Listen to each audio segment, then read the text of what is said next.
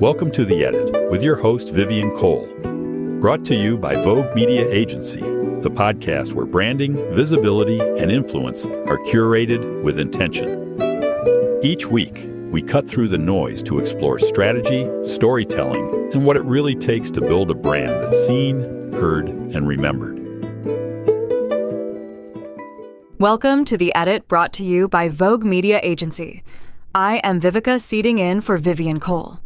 In this special episode, we are proud to participate in Podcasthon 2026, a global charity podcast movement taking place March 14th through March 20th, 2026.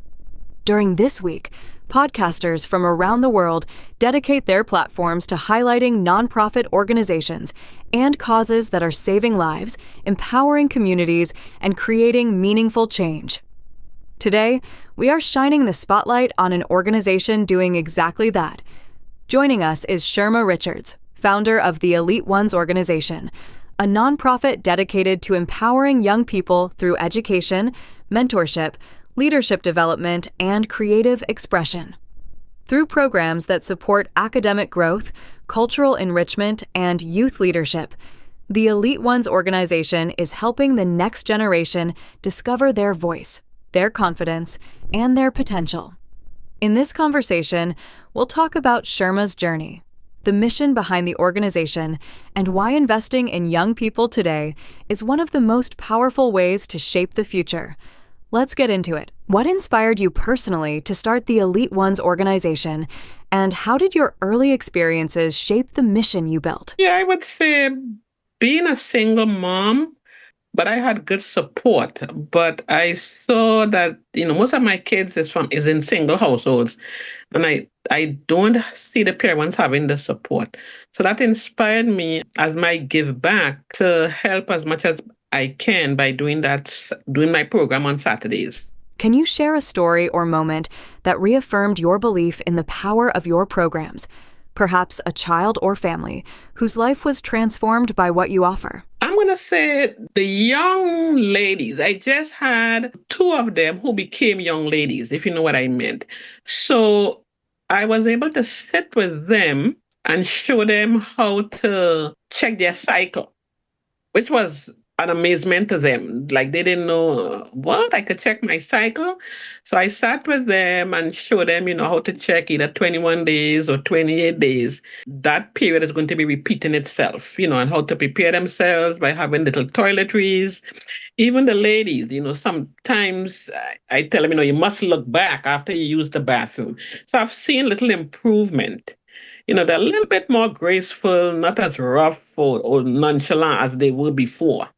Can you share some of the programs that your organization offers? Right now we offer like introduction to financial literacy according to their age group. We do basic etiquette and manners. We offer steel pen.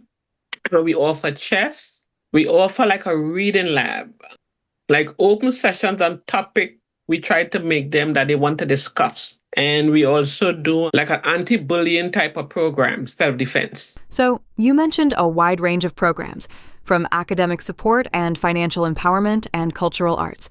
How do you decide which areas to expand into, and what outcomes do you aim for? We kind of get our lead from the kids. The ones that they are more excited about, usually they like the hands-on stuff. But me personally would like to really focus on the financial literacy, because I think our communities, the kids and adults really, really need that. Sometimes parents just push the debit cards in their hands, and, I think they don't realize where it's coming from. So my personal pet peeve is to really push finance on our community. The annual scholarship awards help bring more youth into your programs. What impact do these scholarships have on the children and communities you serve? The scholarship, it's a small funding that we give. So I think we're trying to make the kids know that they are not alone in their journey. And, it takes baby steps. So even if we might only give 1,000 compared to what other bigger companies offer them, it is something that is going to help, even if it's for them to get their toiletries. Because sometimes when we have our meeting, it's surprising that other members will say, well, look, you might think it's not doing anything, but my niece couldn't even afford to buy toiletries to put in her dorm room. So it's just to show them that every little helps and that we care. What unique challenges have you faced as a nonprofit leader focused on youth development, and how have you navigated those challenges while staying true to your mission? Primary challenge is funding. Funding because we are so small. And I guess getting parents more involved. Because, most of these single parents is trying to make a living.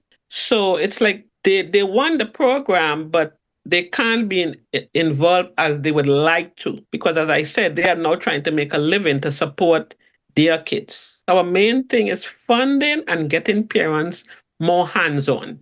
How do you see the Elite Ones organization evolving over the next 5 to 10 years? Are there new initiatives, partnerships, or expansions on the horizon? I'm really thinking about maybe partnership. Somebody had mentioned to me, like there's somebody else trying, she's focusing on dance. So I think partnership will really help me a lot. If I partner with another small nonprofit that more or less has the same vision or is trying to do the same thing I'm doing with the kids in our community. For those listening who are inspired by your work, what are the best ways to support the Elite Ones organization, whether through donating, volunteering, or partnering, which you just mentioned?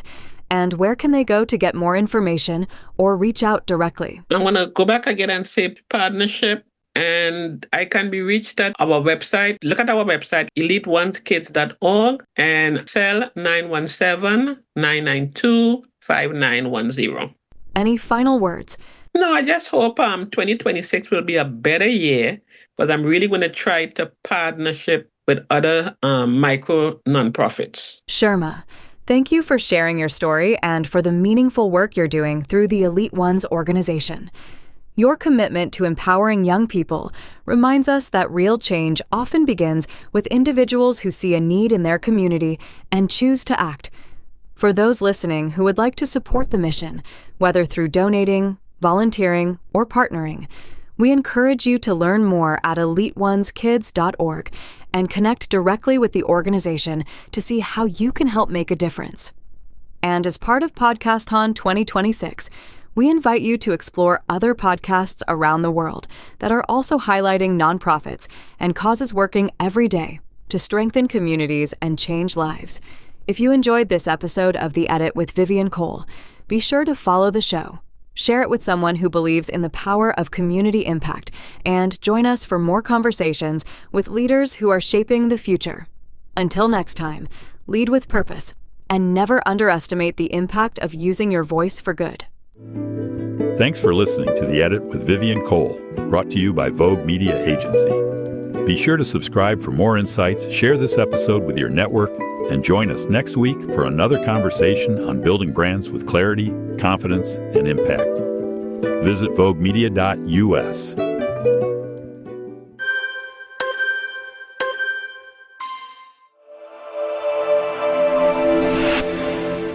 Vogue Media Agency offers comprehensive services to help small to medium-sized businesses, faith-based and nonprofit organizations, content creators, and entrepreneurs establish and grow their online presence. Focusing on website design, landing pages, social media management, podcast training, branding, weblog creation, and public relations, Vogue Media Agency provides a convenient one-stop solution for clients looking to elevate their digital footprint. What sets us apart is our personalized service and niche expertise. We are your marketing consultants. Contact us today. To contact Vogue Media Agency, call 212-470-2730 or visit voguemedia.us.